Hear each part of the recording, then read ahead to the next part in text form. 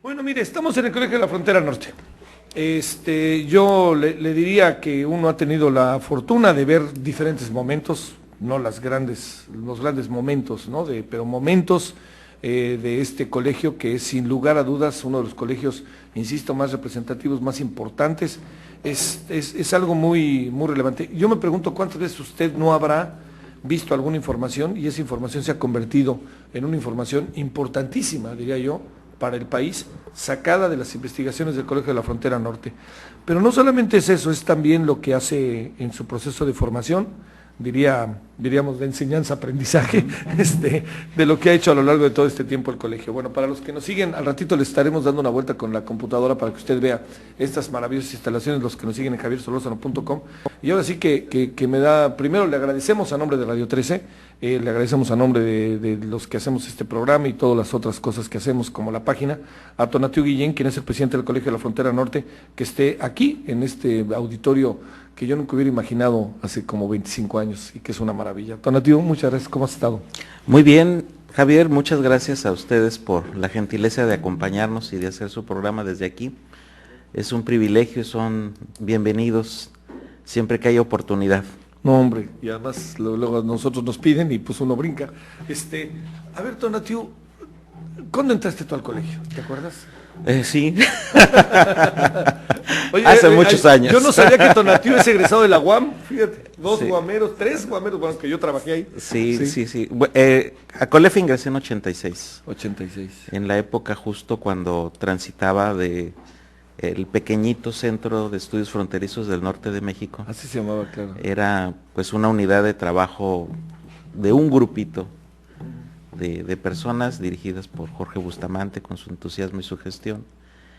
Y en 86 pues fue un periodo de crecimiento interesante para Colef. Llegamos un grupo también, no muy numeroso, pero sí 6, 8 jóvenes que después crecimos como investigadores en Colef y que nos tocó toda la etapa de consolidación de la institución. Pasamos de una institución pequeña con un tema relevante y fundamental que se le hacía poco caso en el ámbito de la política pública y de la academia incluso. Los estudios de la frontera norte mexicana pues eran relativamente marginales dentro del mapa de lo que interesaba a las ciencias sociales. Y Colef pues vino a constituirse en una avenida muy amplia en el que empezaron a surgir investigaciones pioneras, investigaciones muy innovadoras por lo que significa la frontera en términos de la interacción social y de los fenómenos de desarrollo que aquí se extienden, pero que en aquella época pues no sonaban, no eran importantes. La frontera estaba lejísimos, claro. Los que estaban allá quién sabe qué hacían, con muchos estereotipos de la frontera se vivía en el país, y por eso que Colef, y reconozco aquel rol de liderazgo intelectual también en ese sentido de Jorge Bustamante, porque fue el que con su visión pues previó no solo a la institución, sino a la relevancia que la frontera mexicana iba a adquirir en las décadas siguientes, como ya es ahora un hecho. Ahorita es una obviedad, pero hace casi 3 décadas era una necedad, ¿no? Sí, claro. Era sí. una imprudencia. Era una imprudencia. Sobre claro. todo en el periodo aquel de 81, que se cerraba ese ciclo expansivo enorme del gasto público federal, y 82, que nos tocó el tremendo frenón de la crisis económica, y no obstante, insistir en un proyecto como esto, pues sí se requería, como comentábamos anoche, romanticismo y mucha vocación. Sí. Y ahí nos agarró a todos jovencitos Y se echaron para adelante. y adelante con el trabajo y la consolidación de la institución, y ahora pues somos muy orgullosos de lo que tenemos, de lo que hemos logrado, y estoy seguro de lo que sigue en los próximos años. Oye, Tonatiuh Guillén, presidente del Colegio de la Frontera Norte, digamos, pocos países quizás en el mundo abordan el tema de la migración como se aborda nosotros, ¿no? Como lo abordan vía Colegio de la Frontera Norte, pero la pregunta sería, ¿les hacen caso o no les hacen caso? O sea, cuando digo Sí, me imagino, la gran sí. cantidad de estudios que hay aquí, la revisión. Ayer contabas algo que es maravilloso, te voy a hacer contarlo otra vez, Sí, perdóname, con que gusto. de cosas que ustedes veían que tenía mucho romanticismo, en donde de repente la labor del patrón casi les daba regalos y ustedes tienen fotografías y tienen todo un registro de toda esa etapa a hoy que se tiene que profesionalizar, qué es la vida y la muerte de la gente, qué hace el colegio, qué es lo que el colegio investiga, para qué sirve lo que investiga el colegio. COLEF tiene una visión multidisciplinaria en términos de acercamiento de investigación, pero sin duda uno de los temas que le ha caracterizado es el de migración. Y hacemos desde en el rango de lo que es susceptible de trabajar en el tema de migración, desde la medición de flujos, en el sentido demográfico y caracterizar a todo el proceso migratorio en la frontera norte, y después ya nos extendimos a la frontera sur. Hacemos la estadística nacional más grande sobre migración, y de hecho es la estadística que usa el gobierno federal, porque además la hacemos en cooperación con Secretaría del Trabajo, Relaciones Exteriores y Gobernación. Entonces es una estadística muy dura, ¿no? de flujos. Con la cual se toman decisiones. Con la cual se toman decisiones de política pública, desde empleo, cuestiones ahora pues lamentablemente de seguridad, de ubicación de flujos, de desarrollo, de zonas de desarrollo. Entonces, de la relación México-Estados Unidos, pues sin duda ahí es un parámetro fundamental para sentarse a la mesa cuando se toca el tema de migración. Entonces, esa estadística es útil, le llamamos las encuestas EMIF, para nosotros son las EMIF, tienen más de 3 lustros la medición en la frontera norte con este sistema, y en la frontera sur vamos para 7 años también midiendo los flujos. Si quieres después comentamos un poco, pero esta experiencia de medición de flujos está complementada con otras componentes, ¿no? Estudios culturales, sociales, la parte económica. Creo que la migración es de esos temas transversales que puedes tocarlo prácticamente de cualquier lado, y eso COLEF lo hace con varios proyectos de los colegas. Pero en aquella época que comentábamos y que nos tocó pues construir toda la metodología y construir la visión de la relevancia de la migración, empezamos con herramientas muy básicas, ¿no? En particular Jorge Bustamante también ahí tuvo un papel pionero, que eran básicas, eficaces y bellas también en el sentido estético, porque empezábamos las jornadas de medición con fotografías.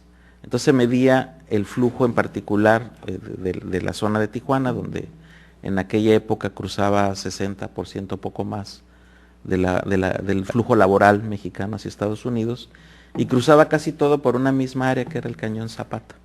Entonces el Cañón Zapata, aquí en el área de Tijuana, cerca del aeropuerto. O sea, para que el público más o menos vea, si ha venido a Tijuana, es lo que, si no nos diéramos vuelta a la izquierda, siguiéndonos derechos, es el Cañón Zapata. Exacto. Entonces es un espacio de cruce histórico, ¿no? ¿No? De décadas de cruce de la migración indocumentada, conocidísimo, en entendidos no escritos, todo el mundo lo sabía, lo sabíamos, y nosotros medíamos, ¿no? Y ahí el trabajo comenzaba con fotografías que se tomaban a distintas horas del día, todos los días, los 365, y eso hacía que la medición se hiciera con mecanismos de fotografía a distancia, como hacen ahora los satélites o los aviones, y fotointerpretación. Eso se hacía con la migración, fue la primera metodología de trabajo, bastante eficaz, pero tenía el lado estético. En la parte de la fotografía, hay fotografías en nuestro acervo, que por cierto lo tenemos también disponible en línea, quien quiera acercarse a él. Es un acervo fotográfico que www.colef.mx.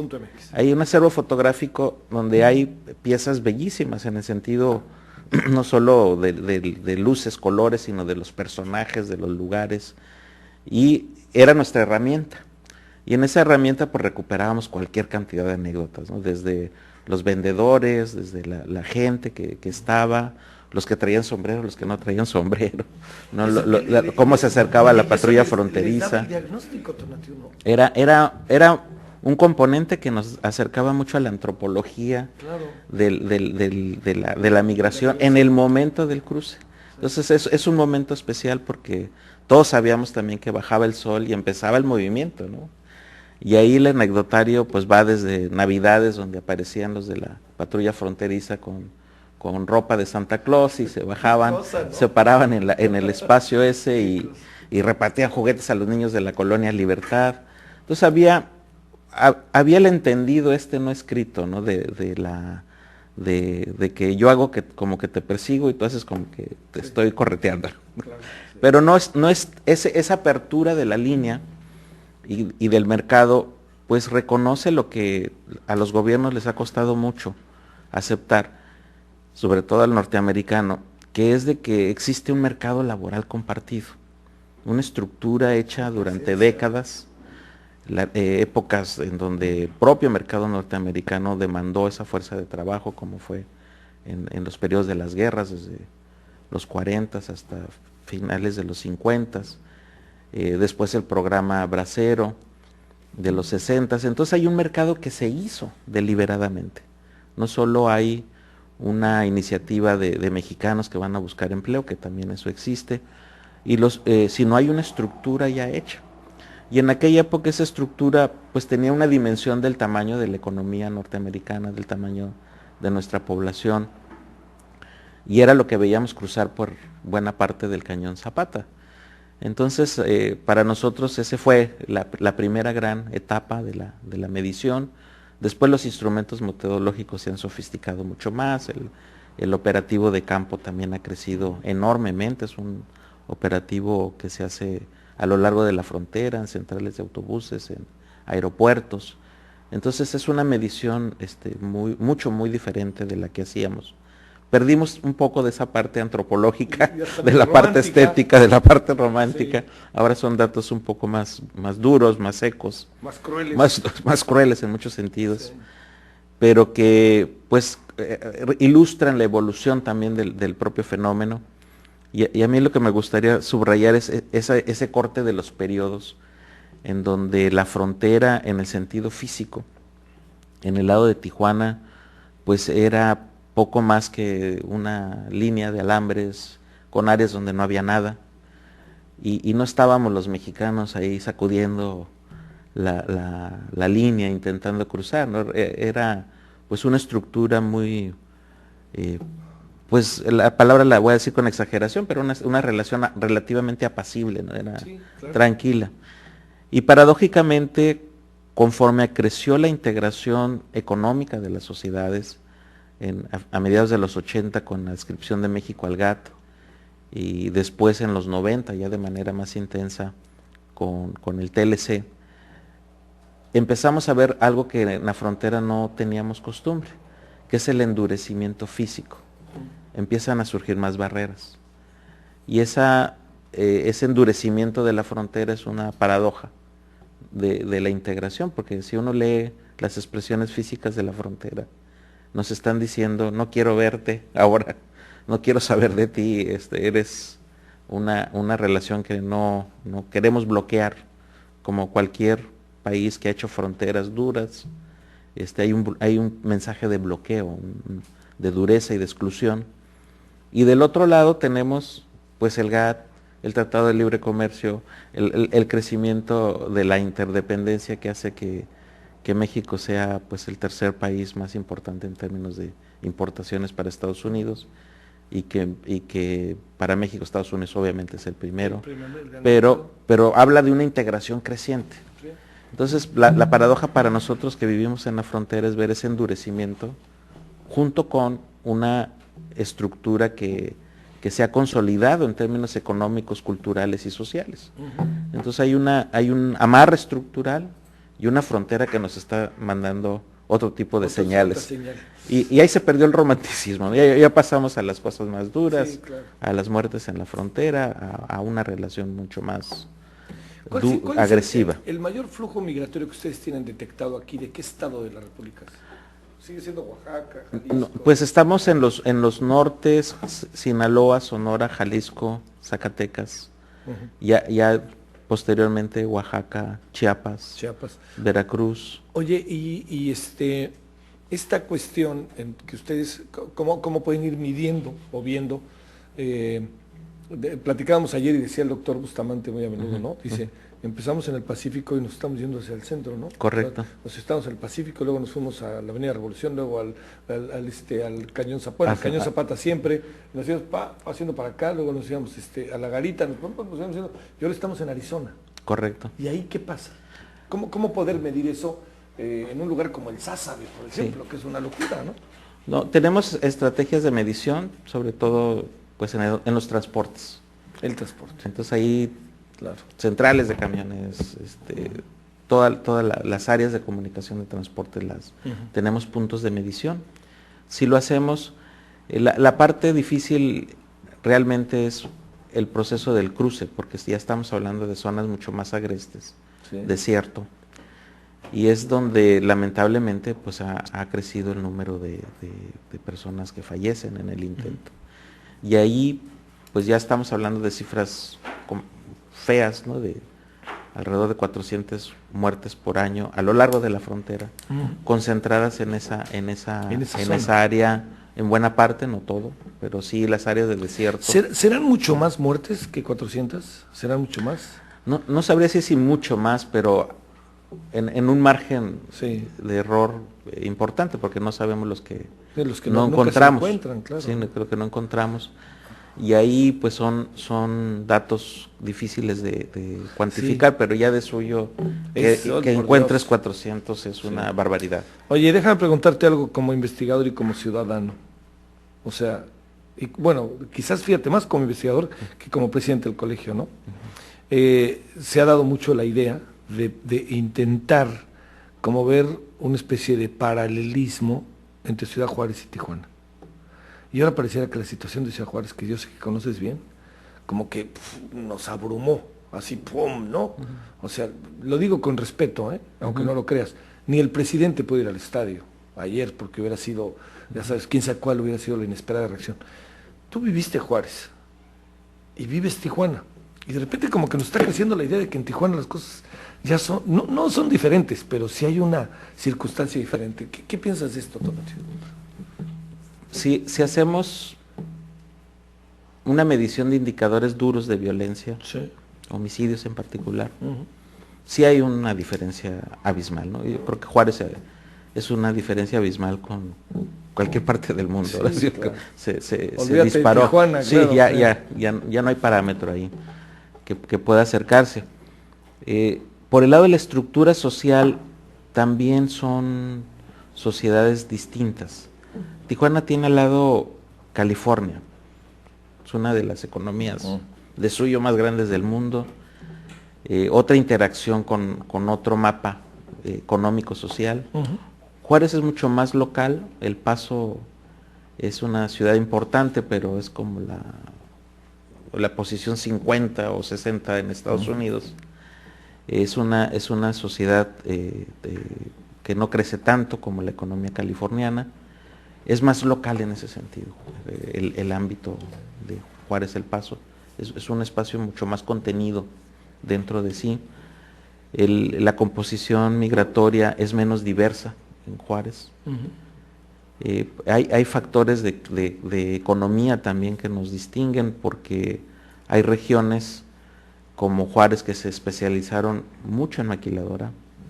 Es el sector económico muy poderoso, importante. Juárez se organizó alrededor de la maquiladora, y zonas como Tijuana es una economía mucho más diversa. Hay maquiladora, pero además hay servicios, turismo, finanzas de otro carácter. Entonces una economía mucho más diversificada. Y en volúmenes de población son algo prácticamente igual, Juárez, Tijuana. Entonces hasta ahí hay algunas diferencias que puede ser útiles para resaltar lo que está pasando Juárez-Tijuana. A lo mejor tienen la misma presión de narcotráfico, probablemente. Pero a diferencia de Juárez, Tijuana tiene para la sociedad rutas de crecimiento económicas alternativas mucho más amplias. Y si vemos indicadores sociales, y este me parece clave, el de los jóvenes, sí. Hicimos un estudio para Juárez muy rápido, pero nos indicó muy claramente que el problema de la violencia en términos de sus actores está concentrado entre población joven. ¿Es que sea local o sea migrante? No, a esa parte no la tengo ahorita precisada, pero es muy probable que aunque fuera migrante, ya es un migrante asentado. Sí, ya lleva tiempo. Porque está ubicada en la zona, zonas con años de existencia en Juárez, en zonas urbanas, pero zonas urbanas excluidas. Entonces, migrante o no migrante, que el componente debe ser alto de migración, como el de Tijuana, es casi la mitad. Pero el punto aquí es el grado de exclusión. No solamente económica, sino yo creo que hay tonos muy diferentes, sino el punto que quería subrayar es la parte del sistema escolar. O sea, el mapa escolar juarense es mucho más estrecho cuando pasas de la educación media superior y superior. Ahí hay un techo. ¿El gobierno no le atina, Tonatiuh? El gobierno reaccionó muy fuerte, pero hasta hace muy poco tiempo, ¿no? Hace poco más de un año. Entonces, esa reacción fuerte pues fue explicable por las tragedias juarenses, pero ya había indicadores muy duros desde hace años atrás, como el tema del feminicidio. Las llamadas muertes de Juárez. Las muertes de Juárez, que ya eran señales de atención muy fuertes, no solo por lo que significan para la relación de género y la violencia que se ejercía sino sobre las mujeres, sino por lo que está retratando de la estructura social y del sistema de justicia en concreto en Chihuahua. Y ya nos remite a mediados de los 90 y antes. Y aquí el punto es un Estado, ya me refiero al aparato o gobierno mexicano en conjunto, un Estado que reaccionó compensando o leyendo, más que compensando, leyendo otros indicadores que eran muy buenos y que siguen siendo buenos en buena proporción, como crecimiento económico, sí, como empleo, como más inversión extranjera. Y dice, pues, ¿cuál es el problema? Es una sociedad que crece, sí, ¿no? Claro, que está avanzando. Sí. Entonces, con estos otros panoramas de buena lectura o de buen perfil, omitimos y dejamos y rezagamos los otros que eran señales ya de suyo graves, como un aparato de justicia que no funcionaba, o policías que no funcionaban, o sistemas de supervisión de la convivencia social que no identificaron los puntos. Y ahora descubrimos, entre comillas, que una parte muy importante de la sociedad juarense, me refiero ya a esta población de los jóvenes, por ejemplo, los que victiman, que se ubican sus residencias en el Juárez excluido, el que no tiene servicios, el que tiene vivienda precarias, de los jóvenes que pueden tener eventualmente un empleo, pero que son empleos que no garantizan una puerta a futuro. Y reitero el punto, un sistema escolar que de repente se cerró.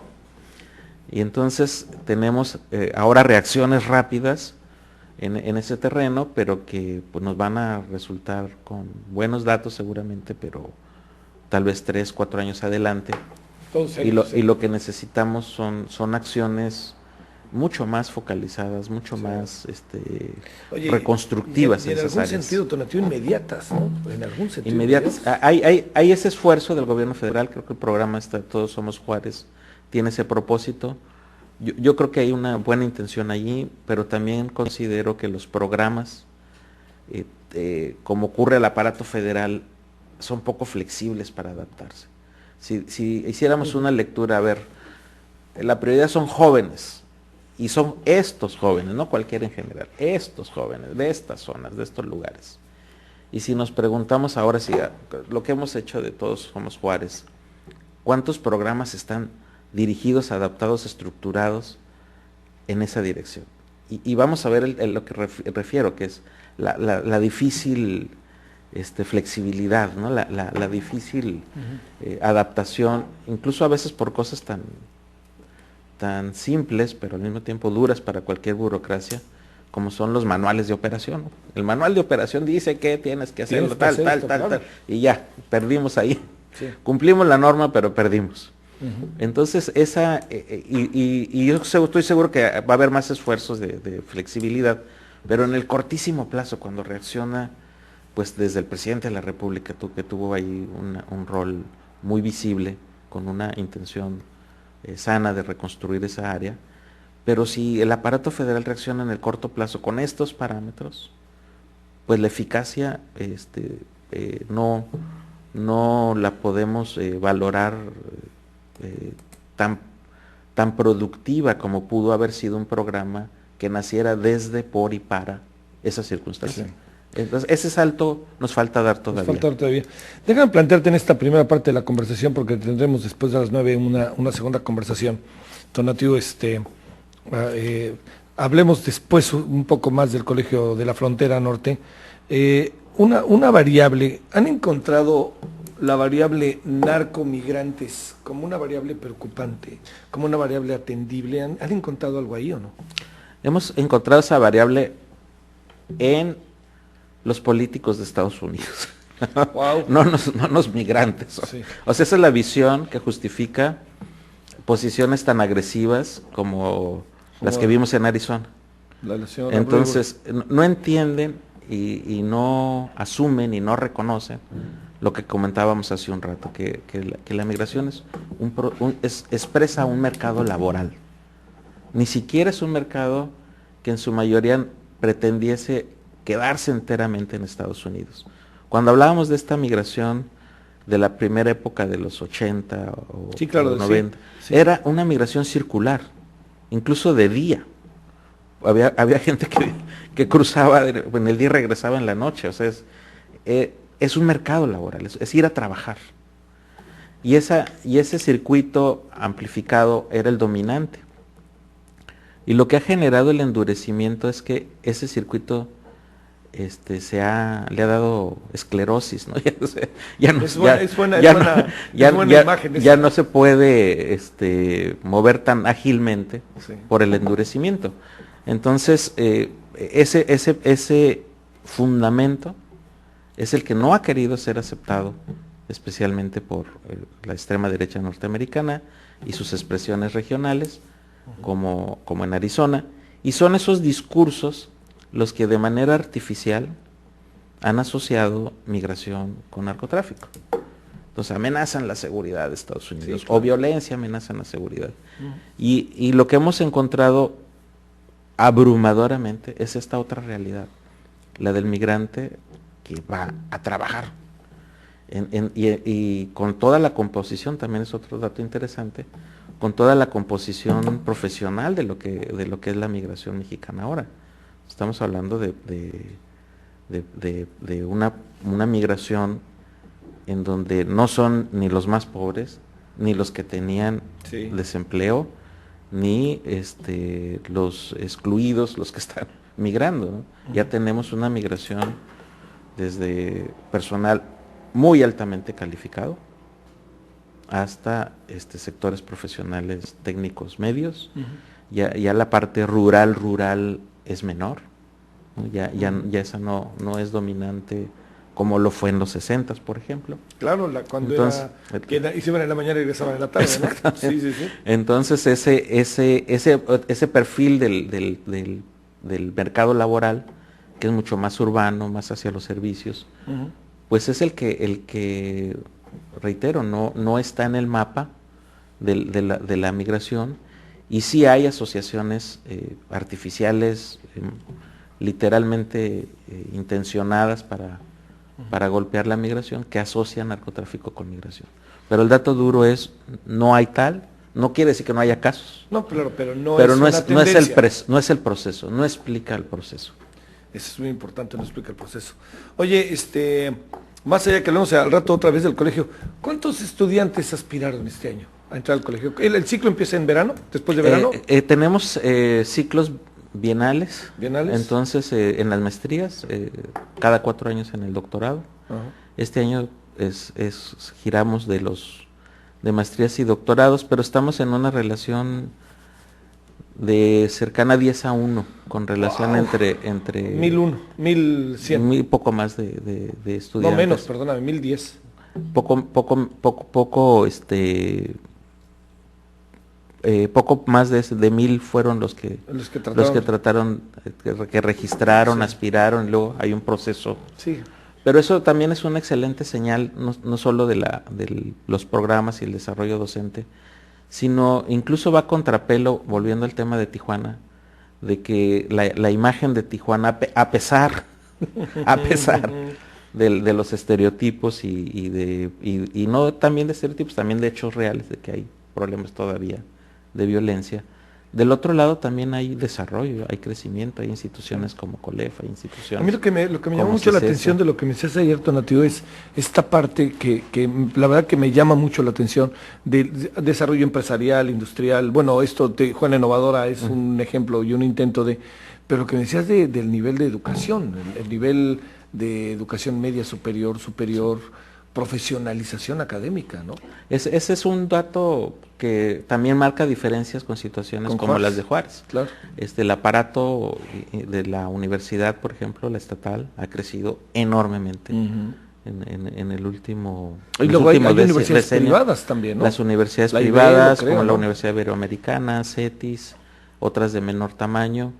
Ensenada está lleno, en el sentido, sí, metafórico, pero lleno de instituciones de altísima calidad. Desde la universidad hasta CICES, está la UNAM, Tijuana, misma historia, Mexicali. Entonces, esa otra infraestructura que afortunadamente sí creció de manera consistente con el desarrollo de la región, ha ayudado enormemente a que tengamos expectativas, a que tengamos posibilidades de salir, especialmente en la perspectiva de jóvenes. Tonatiuh Guillén, hasta el rato. Correcto. Si te parece, Encantado. vamos a participar en una mesa que va a estar interesante, ¿no? En lo de Tijuana Innovadora, ¿no? Así es. ¿Quién estás tú? Está el director general de CONACYT. De CONACYT. El rector de la Universidad de Baja California, el director de CICESE, que es otro centro CONACYT. Alguien de la UNAM, me decías. Está la dirección de investigación de la UNAM. De la UNAM. Y yo. Oye, casi nada. Bueno, entonces hasta el rato también para que después de la 9 vamos a tener una reunión con muchos de los trabajos de investigación que se está haciendo aquí en el Colegio de la Frontera Norte. Entonces llámenos si usted quiere saber algo. Creo que estamos ante pues la institución quizá, conste que lo digo yo, para que luego no vayan ustedes a decir, conste que yo no lo dije, ¿no? O sea, pues quizás una de las instituciones más serias, más importantes de América Latina en materia de estudio de migración, ¿no? La verdad, no me cuesta trabajo decirlo. Te lo agradecemos mucho. En Brasil sí que están haciendo cosas, pero quizá es que también la cercanía con Estados Unidos es una oportunidad de trabajo académico enorme, ¿no? Y el proceso mismo, entonces sí. Casi ha sido vocación, pero también ha sido adaptación a la realidad de los fenómenos que pasan en la frontera. Yo recuerdo, nada más para irme al corte comercial, porque sé que lo andan luchando por él, recuerdo, Tonatiuh, cuando hace 20 y tantos años vine y yo contaba esta bellísima sala, ¿no? Que es el auditorio. Recuerdo pues que era la cuarta parte de esto allá en el río, ¿no? Cerca del río, ¿no? Teníamos una microoficina. Una microoficina. Con cubículos, donde apenas cabía el escritorio. Sí. Y lo que tenemos ahora es completamente distinto y muchos años de trabajo. Bueno, todavía no vemos el mar, pero ya lo veremos al rato. Amanece en un ratito. Bueno, todavía es de noche aquí en Tijuana. Hasta el rato, Tonatiuh, muchas gracias. Todavía es de noche aquí en Tijuana. Son cerca de las 8 de la mañana en la hora del centro, cerca de las 6 de la mañana aquí en el Pacífico, en California. Vamos a una pausa y vamos a regresar en la pausa algunas columnas políticas de algunos de los diarios llamados de circulación nacional con Nancy Ambriz. Vamos y volvemos aquí hasta el Colegio de la Frontera Norte en Tijuana, Baja California.